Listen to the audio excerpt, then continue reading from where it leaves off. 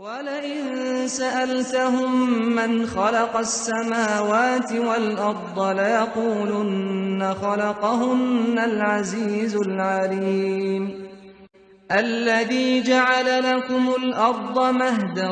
وَجَعَلَ لَكُمْ فِيهَا سُبُلًا لَّعَلَّكُمْ تَهْتَدُونَ وَالَّذِي نَزَّلَ مِنَ السَّمَاءِ مَاءً بِقَدَرٍ فَأَنشَرْنَا بِهِ بَلْدَةً مَّيْتًا كَذَلِكَ تُخْرَجُونَ وَالَّذِي خَلَقَ الْأَزْوَاجَ كُلَّهَا وَجَعَلَ لَكُم مِّنَ الْفُلْكِ وَالْأَنْعَامِ مَا تَرْكَبُونَ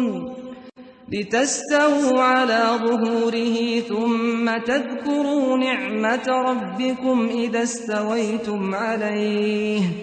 وَتَقُولُوا سُبْحَانَ الَّذِي سَخَّرَ لَنَا هَٰذَا وَمَا كُنَّا لَهُ مُقْرِنِينَ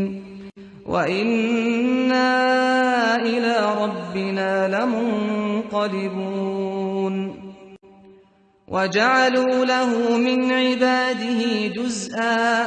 إِنَّ الْإِنسَانَ لَكَفُورٌ مُّبِينٌ اور اگر تم ان سے پوچھو کہ آسمانوں اور زمین کو کس نے پیدا کیا ہے تو کہہ دیں گے کہ ان کو غالب اور علم والے خدا نے پیدا کیا ہے،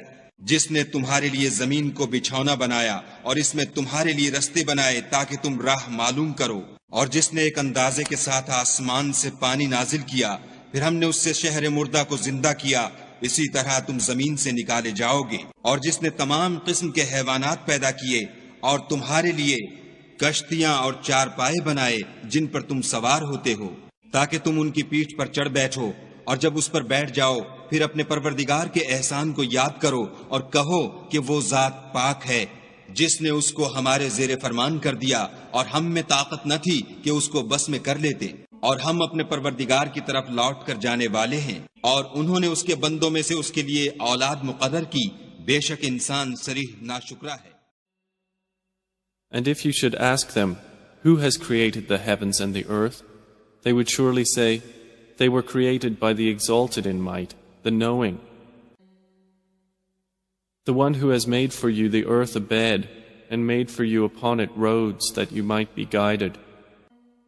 and who sends down rain from the sky in measured amounts, and we revive thereby a dead land.